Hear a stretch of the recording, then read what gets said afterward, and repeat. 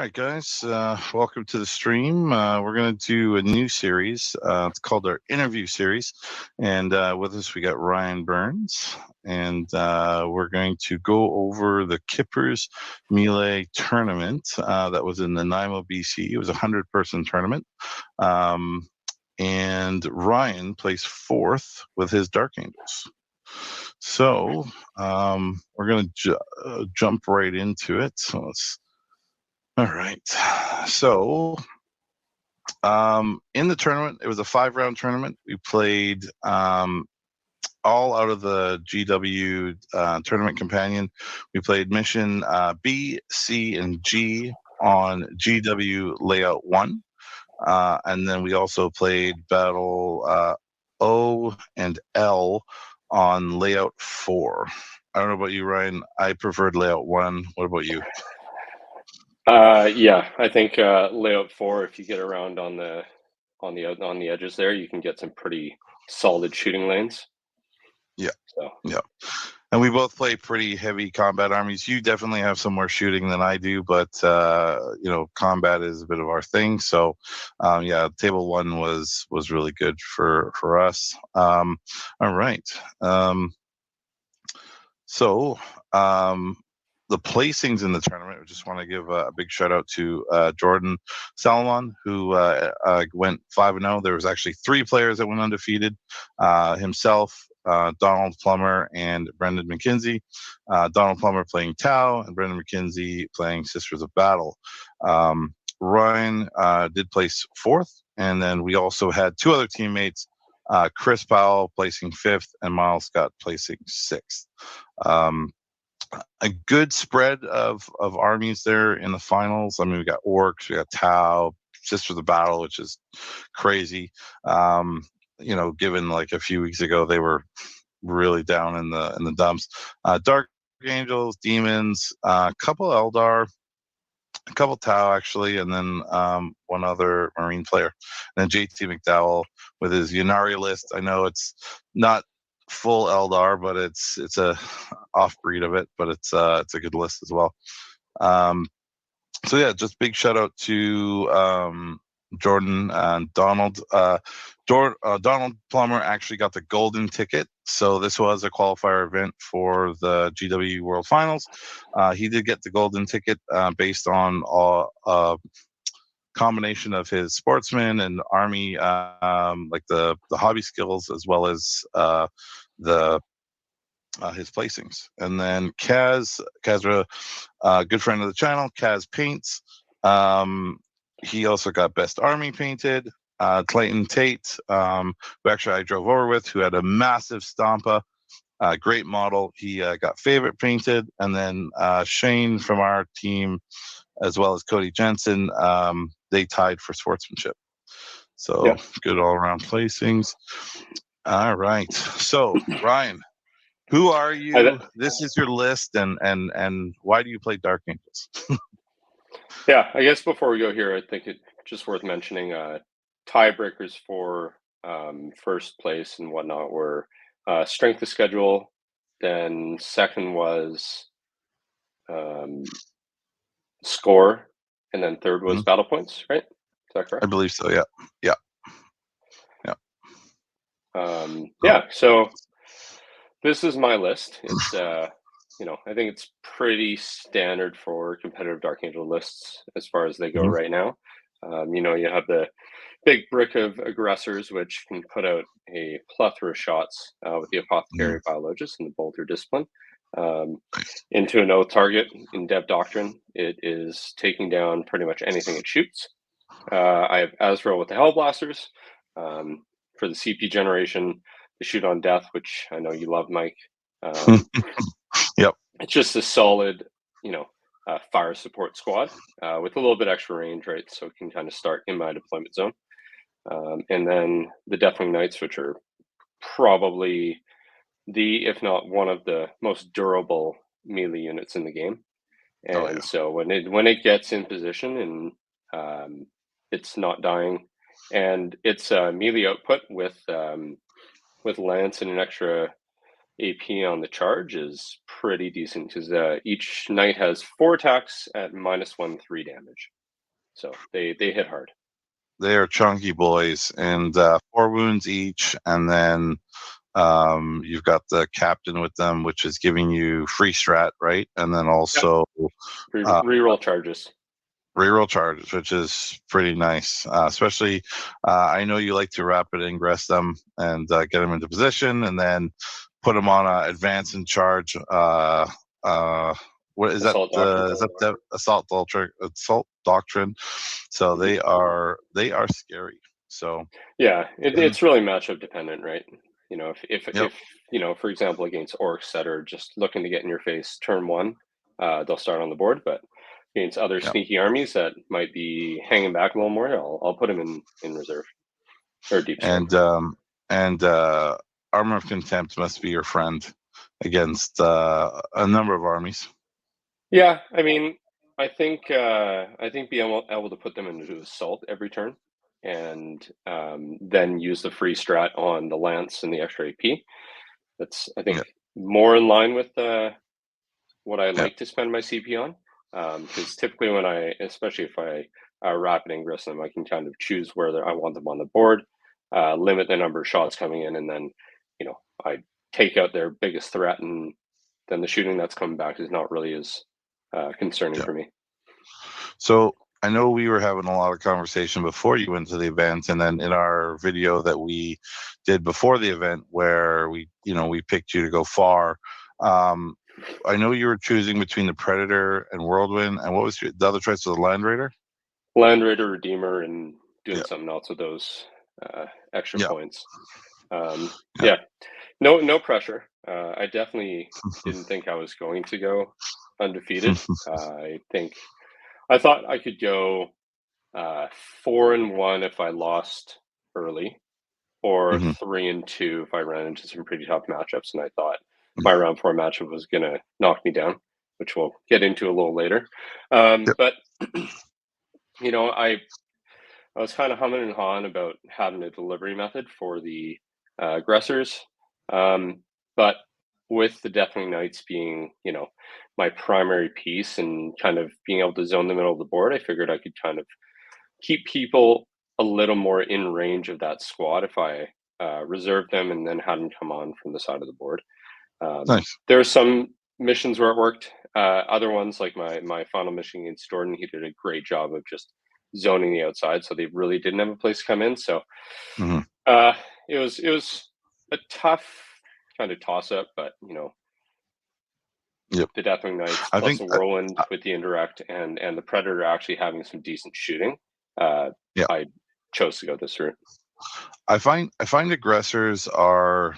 I have a love-hate with them. I played a little bit of TTS last night with them. I was trying out the new Firestorm, and you know, I kind of, I don't know if I love Terminators more or like it's just with the aggressors. You know, they're a little bit tougher. Like, so you're trading. You know, you got toughness 6 versus toughness 5, but you got that 3-up armor save, whereas the Terminators are on a 2-up, 4-up. So it's you know, it's a little bit love-hate with the aggressors. I find I've been kind of my new iterations of my Salamanders list. I'm thinking maybe of doing a little bit more Terminators, but you know, I love the Flamers too. So with the new edition and the changes that have come in with the cover rules and whatnot, like 2-up saves have just gotten better. So there's less AP in the game, but 3-up saves have gotten significantly worse because you can't get them to 2-ups with cover, right? And that is huge. So you know, they're T6, they have 3 wounds, but honestly, they're not. They're kind of more of a glass cannon, right? If someone wants to take them out, even with medium shooting, they're going to kill them. Yeah, no, absolutely. So so this was the list, and then how'd the Calidus do for you? Was it pivotal, or was there? Calidus is great. Like having a Vect is amazing. I'm thinking about how I can run 2 Vects with the new Vanguard. But I'm not sure where I want to go with that yet. But also having it come off the board, come down each turn, it's great for scoring secondaries. And it kind of gives me the ability to kind of use my infiltrators instead of needing them to score secondaries. I can use them more as like a zoning tool, and really just lean into that. Yeah. Yeah. Okay. Nice. And then It's good. the Inceptors. Do you think you need more plasma, or do you think having bolters and plasma is the way to go? I think bolters better. Having 2 damage bolters that are sustained 2, especially into an oath Mhm. target, is incredible. They also have an extra I shot, didn't right? realize, Um, I didn't yeah. realize they were that good. Wow. Yeah, I think bolters is generally better against most targets. But there are the occasional time, like in my game against Dan the other day, I found Hmm. that the plasma actually did play well for me into the Voltan bikes, right? Because they're 3 wins each. Nice. Nice. So having that is nice too. But one squad is typically I'll use it as more of a killy thing, and I'll use it as Hmm. for like a positional secondary. And then the Yep. other one, whichever one's less useful in the matchup, I'll use it for doing an action like a homers or something. Sweet. Nice. All right. Um, so we'll go through the tournament. In round 1, you played. I'm going to so butcher some of these names, but this is Mitchell Larmand. Larmand, yeah, I think I got that one Yep. right. With Custodes, and so how did you play into this, and how did you what did you avoid, or how did you get your victory here? So I don't. What was the primary on this one again? Do you remember? This was just, I believe it's hold 1, hold 2. Oh, hold 1, hold 2, and you score 15 end of game. Yeah. Yeah, and I So think this is the one where it splits in the middle. Yeah, it splits right. Yeah. the center objective. Yeah. Yeah. So in this matchup, he doesn't have a lot of the tools that really scare me with Custodes. Like he doesn't have Trajan, which is pretty big. He doesn't have the Blade Champion for the advance and charge, right? Hmm. So going into it, I wasn't too concerned with this list. Hmm. And on top of that, he took uh, Cleanse and Assassinate as fixed objectives. And Hmm. so when he chose that, I kind of already knew I Yeah. kind of had the game won, right? So we Yeah. both deployed on the line. I got first turn. So I got Area Denial and Secure No Man's Land as my first 2 draws. So I Yep. was going to just throw my Deathwing Knights into his front line, but once I pulled those, I advanced them on. And they were both able to just sit on the 2 middle ones, right? And just score me the 10 secondaries. And then after that, Nice. it was just a brawl in the middle between my Deathwing Knights and pretty much his 3 guard squads. And then the Alaris joined in later, and I was able to kind of Yeah. just control the outside. I also Nice. took my infiltrators because I don't really need them for a deep strike denial, and I threw him in the far right corner. So when he moved in there, I was able to kill his sisters off and kind of take control of that objective. So Nice. Nice. Yeah. overall, it I do was. notice Go overall ahead, sir. it was a good overall it was a good game. It was just a slog in Yeah, the middle. yeah, pretty much. Like I've also played you enough and had enough frustrations with your Custodes that I feel pretty comfortable playing into them. And Nice. you're a pretty good Custodes player, so you definitely frustrate me at times with them. So it's good. It's good practice. I will say, Mitchell, I accidentally cut your list off. You're missing a guard squad in my point value here. So there is one more guard squad in this list. So it's 2 5-man, 2 4-man, then the sisters, and then the 5 Alaris brick, and then the 2 tanks. Yeah, I mean, I like his list. It's not too bad. I think the challenge is because he doesn't have Trajan. Going into your 10-man brick is going to be very difficult because of your Armor of Contempt, right? That just will neuter their output. So yeah, I see what you're saying. Yeah, it's going to be, yeah, it's going to be really hard to challenge that brick. I think if you could get your guards into his guard into your aggressors, that might be a little different, but it's just, again, that Terminator brick is so powerful. So, Yeah. I think every game this tournament, I started the aggressors in reserve, I believe. nice, So nice. I kind of got Sweet. to dictate where they came in. Oh, that's cool. Yeah, and his list doesn't. His list, like one of the things custodies struggle with because they're very elite, is they really can't blank out too much of the board and still be effective. In like they kind of have to huddle, right, and then that allows deep strikes and other things. But round 2, Cody Jensen. Yeah. So this was a really fun game. GSC. Yeah. Cody's a great guy. He's a lot of fun to play. Great beard. Yeah. And I just, going into it, we just were both pretty positive and just had a great game overall. His list worried me with with all the mines, right? As well as Mhm. that aberrant brick is durable, right? It Oh yeah. hits hard, and the 4-up feel no pain is crazy. And that's all game long, and I think they're -1 to wound, right? As well. If your strength is above their toughness, I Yeah, believe, right? yeah, yeah. Yeah. So So that was, those, that was one of those games where I started the Deathwing Knights on the board.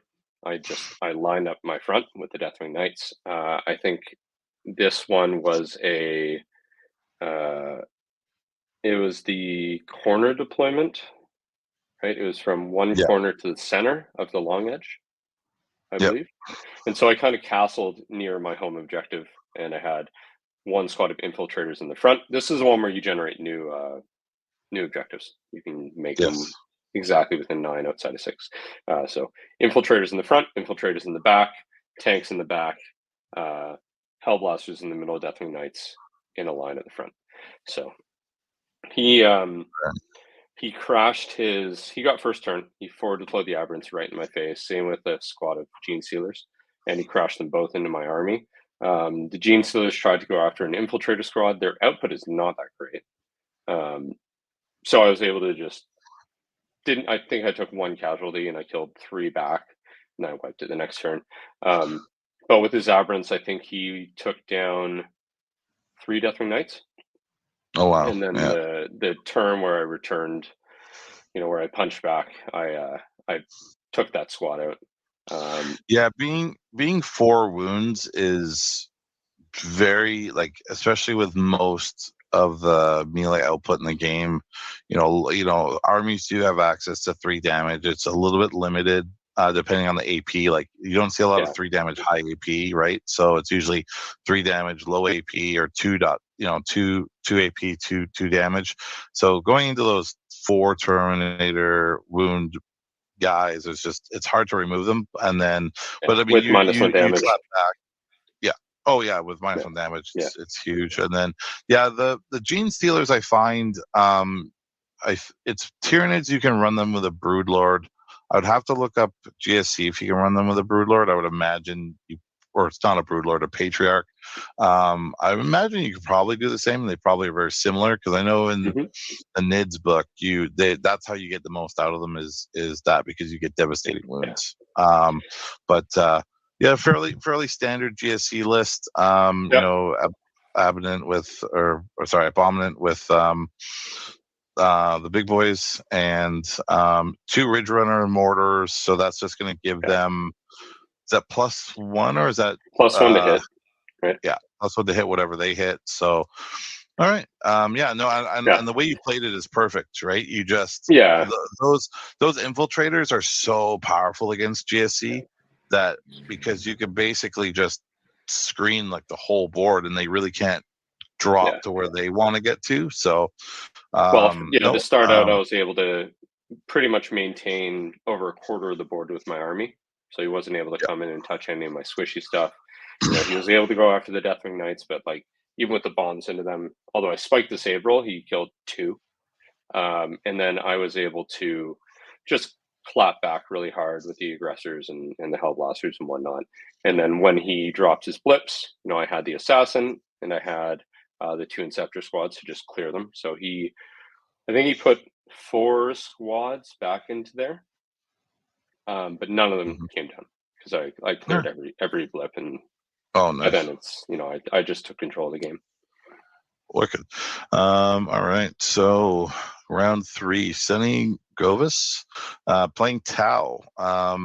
Big crisis bricks, 2 Cold Star commanders, 1 with Patient Hunter. I believe that gives precision on Patient Hunter. I believe that gives him +1 to hit and +1 to wound. And then the Exemplar of the Cao Yang, that's one's dirty because it allows them to be in Cao Yang a turn early. And with Tau, once they hit round 3, they get sustained hits. But and then, when they're guided, so they get sustained, and then when they're guided with a marker light unit, I believe, they get sustained too, which is just those crisis bricks put out so many shots that even if they're not overcharging, and rerolls, right? And the thing that's crazy about them is just they put out so many shots that even if they're not overcharging, they can still wipe squads. And then it's 66 multi-damage shots, right? 2 damage shots in one of those bricks, and that will wipe anything they touch. Yeah. Oh yeah, I found that out the hard way. I played Sunny round 4, and then 2 ghost kill battle suits, so lone op, stealth, able to keep away. They have some shenanigans. They can turn the damage to 0. So how half did you his deal army with can this forward list? deploy, right? Yeah. Oh, that too. Yeah. So it was a tough list to play into because of the lethality that is in that list. I kind of blundered my deployment a little bit, and based on how I kind of put my Hellblasters out in front, and so he was able to swing the crisis unit around and pick them up turn 1. So I lost my CP generation. I lost one of my big shooting components, and so I was really on the back foot from turn 1. I knew even when I dropped it, I was like, this. I don't get much advantage by putting him here, but if he goes first, it's going to hurt. And he did just that. He did the right thing and just jumped right into me. And so it was essentially just a game of, playing secondaries and just trying to claw my way back in. I was able to get my Deathwing Knights in the middle, and they were able to kind of do a little bit of work. And then, near the end of the game, he essentially had, so it was his turn 3. I rapid ingressed my aggressors 18.1 inches away from his crisis brick. So he fire and faded, and he had the option of going into the back corner or towards his home objective. And he made the decision to go towards his home objective where he finished. He left a character in front. So no matter what got removed when I shot him, I was going to be able to charge the unit. So I was able to I put my Deathwing Knights into Assault and my army into Devastator. I was able to advance the aggressors and just unload all my shots on them, and then I got my Deathwing Knights charging in. And from there, I was able to claw my way back. I was able to take out his 2, the 2 Skyray gunships, or one of them, and take that home objective, which I pulled capture enemy outpost in turn 4 or 5, which is, I think I scored 27 points in turn 5 in that game. So, spicy. I was able to barely claw it back. But yeah, it was a fun game. It's a deadly list. I never feel comfortable playing into Tau because if you leave something out in the open, they're capitalizing. But vice versa too, right? If they make a movement mistake, they can lose a full crisis unit. Oh yeah, no, and they move.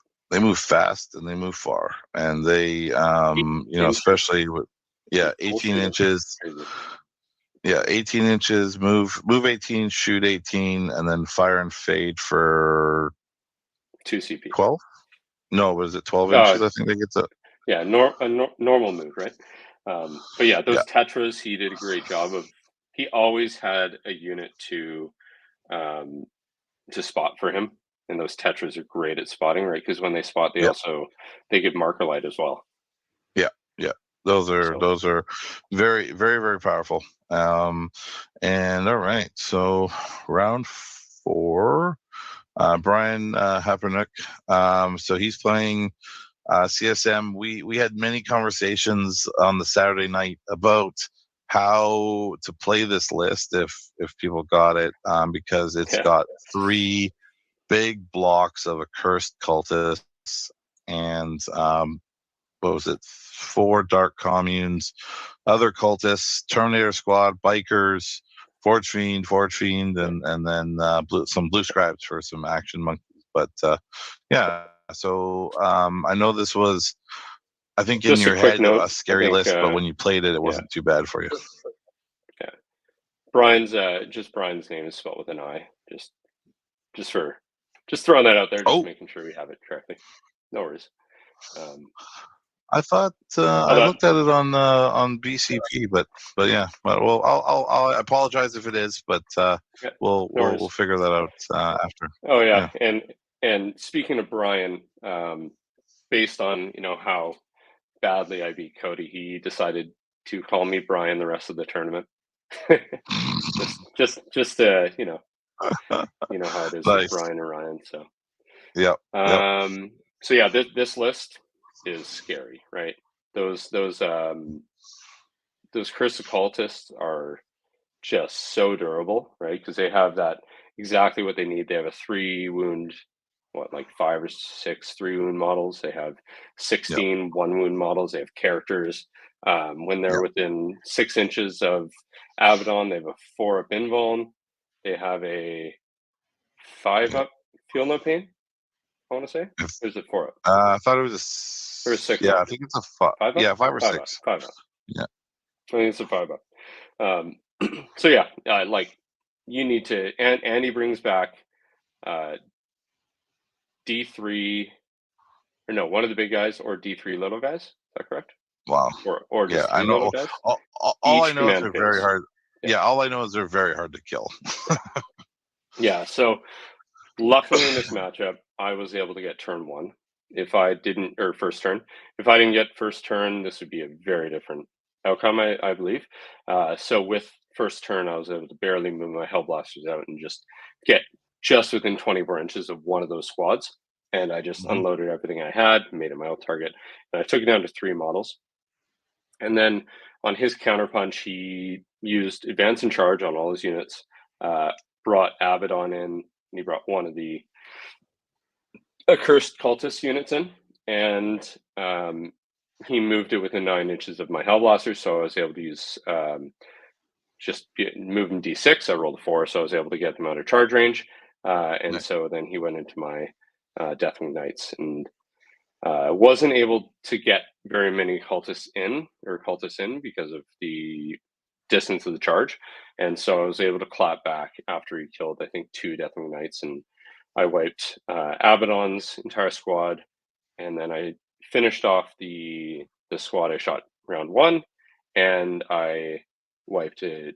I 1-phased another one of them in my turn 2, and by that point, I took out pretty much half his army, right? Yep. And so from there on, it was pretty easy or smooth sailing. Awesome. He failed a lot of 4-ups. That also helped me, like, a lot. Him and I were laughing about it during our game, like the amount of 4-ups he failed. But overall, I felt happy that I was able to deal with it. I thought this list was going to absolutely destroy me. So, also those Forge Fiends, they shoot well. Oh yeah, I was surprised. CSM, in my opinion, is probably, I can't say they're the best army in the meta right now, but they're definitely in the top 3. Sure. Yeah, and so they have a couple of different things going for them. They can take a lot of board control very fast and be very hard to move, which then limits your way into them. And then they pay very little for the bonuses that they get. So their dark packs are just so good for what, like, I take a couple of mortals, like, especially like on some of these squads that just regenerate, big deal, right? And and the sustained or the lethal hits is just very, very good. And then when you pocket that with little things, like I know this list doesn't have it, but when you put what's their dreadnought called? All of a sudden I cannot remember The what it's called. obliterators? But no, not the obliterators. The dreadnought. It's the old dreadnought that. Oh, I had the name. It was right there, and I missed it. But I know that even buffs you. Like basically, if you're within 6 inches of it, a Hellbrute. There we go. If you're Oh within a yeah, right. Hellbrute 6 inches, he gives you both benefits of the Dark Pack. So if you're also using like Nurgle, you get sustained hits on 5s plus lethals on 6s. So their shooting can be very, very good. And then obliterators, oblit. So, but yeah, all right. Now, round 5. I'll let you take it away from here. Well, this was a great game. Like Jordan and I were chatting in round 4. He came over. He's like, I don't want to play your list. I'm like, honestly, you're the list I want out of all the lists that are in the undefeateds. And we kind of chatted, we joked around. But he came in with a great game plan and executed it flawlessly. He played a phenomenal game. He used his tools exactly how they're meant to be used. Mozrog and the other beast boss on Squigosaur, they are so durable. They're so hard to remove, and so you can essentially use them both as tar pit units, and you just throw them into your opponent's army. You can't really move out until they wall, right?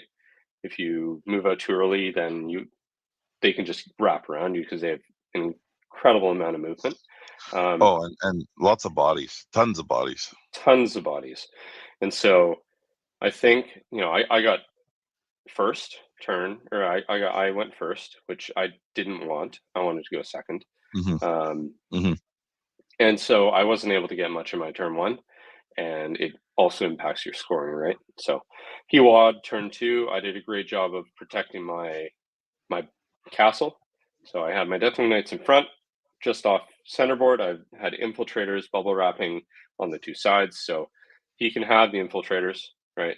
He can try and kill the Deathwing Knights, but he's not touching my tanks. He's not touching my Hellblasters. I probably also should have started my aggressors on the board in this matchup, but I left them off. And then I made the mistake of I vected the wrong strat. I should have vected the -1 to wound. That would have been big, because he was essentially able to do it. He did every single phase.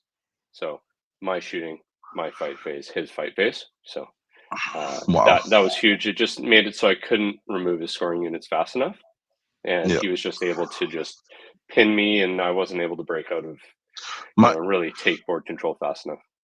-1 to move, or sorry, -1 to wound in this game is very powerful and intense. It's very, very powerful. And with the new Space Marines Codex, they if you play the White Scars attachment, if you have a mounted unit, you can be -1 to hit and -1 to wound. And I found out yesterday that really sucks.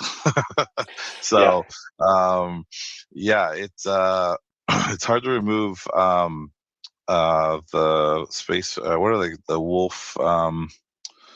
Guys on the wolves. Yeah, the Thunder Cavalry, especially when they're -1 to be hit, -1 to be wounded. They are very, very, very, very tough. But no, Jordan played a fantastic game. Like you said, he just came in and executed. And he knew exactly what he needed to do, and he executed it flawlessly. And he earned the victory, and by all means, deserved to win. So congrats to him. He played an awesome game.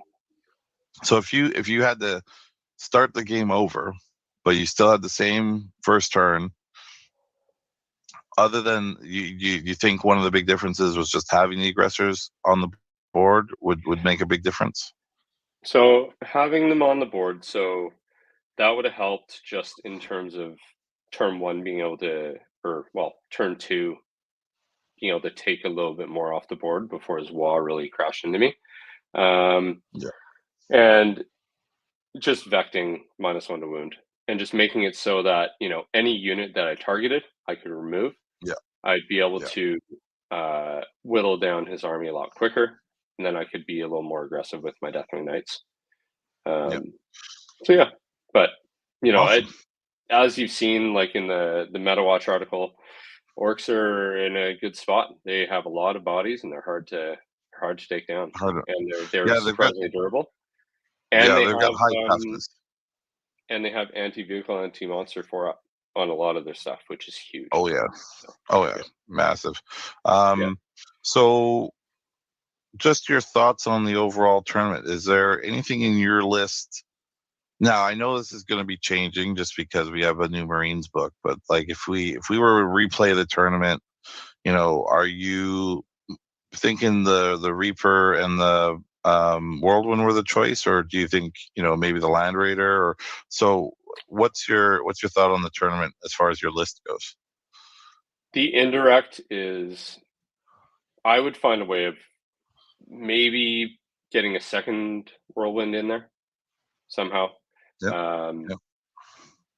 I don't know how I'd really do it though, because I need the infiltrators. The Inceptors are vital for that GSC matchup, as well as just like scoring secondaries in general, right? Having the Yep. just outside of 3-inch deep strike is phenomenal. The Yep. Deathwing Knight brick is going to stay as it is, or would stay as it is. Maybe I drop the character, Okay. right? Yep. And then that frees up 95 points to spend somewhere else. But I don't think I would go in with the Land Raider Redeemer. I Okay. think going with the Whirlwind and the Predator were the right choice Awesome. for my So, playstyle and the list I have.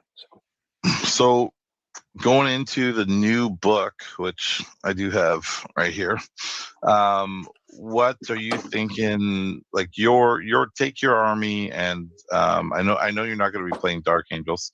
Yeah, right. What I've only what? played them exclusively since beginning of 9th, and it was Yeah, my no. army when I was 15 back in the day. So, What I oh, the mean by that is detachment? No, I'm not. the detachment. Yeah, no, you're never getting yourself away from Dark Angels. But No.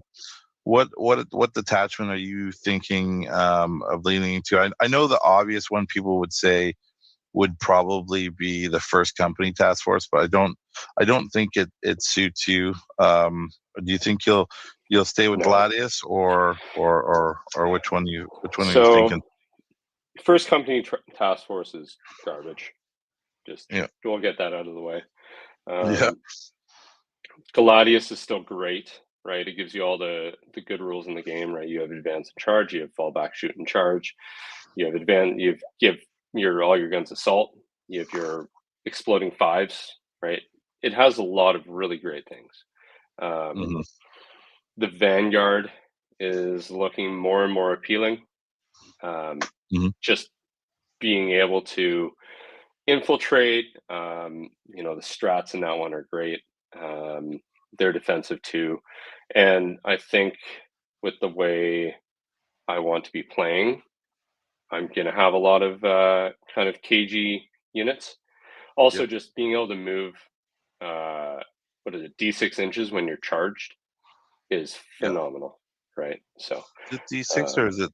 Oh, right. Yeah, it's D6, and then up to it's actually 6 inch if it's a Phobos or Scout unit. They just get to yeah, go 6. yeah, Nice. yeah. So those are all That's great, very cool.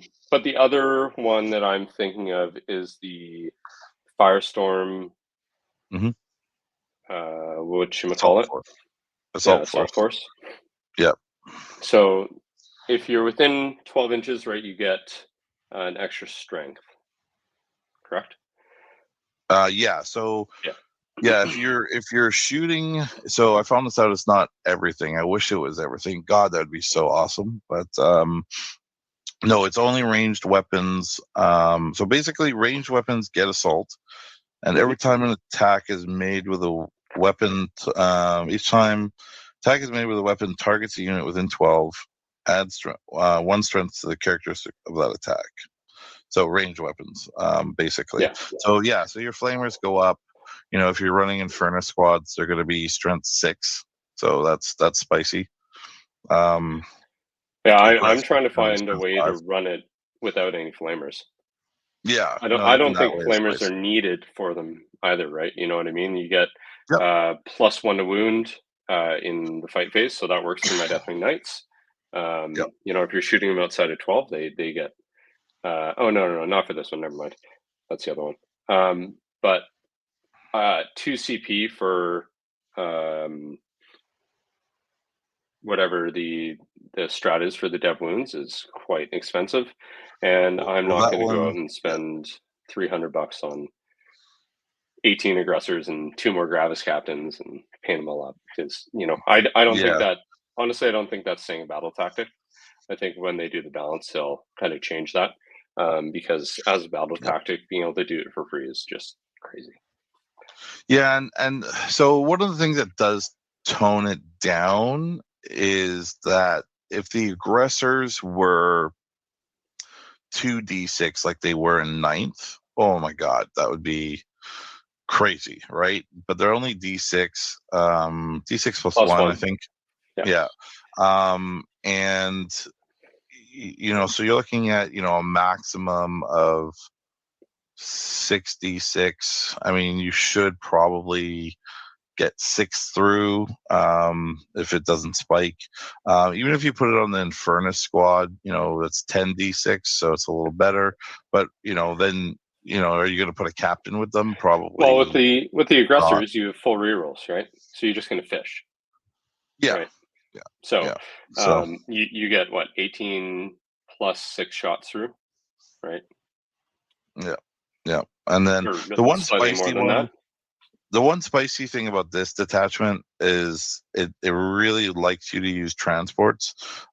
So last night when I was playing with it, Pat brought a set of Vanguard vets up towards my Land Raider Redeemer, and he shot at it, and then I got out with my aggressors and just flamed the squad. You have 2 Overwatches, right? Essentially, and one of them's at your full strength. So even doing that with Boltstorm aggressors or with Hellblasters or something else, still not bad, right? So I might run one Land Raider with that, or I don't know. I haven't really had too much time to absorb it all. I think Vanguard is the obvious choice, and probably where I'll build my most competitive list, but I think I'll also experiment with some of the others. And I want to see if I can find a way to get, a Ravenwing list running again.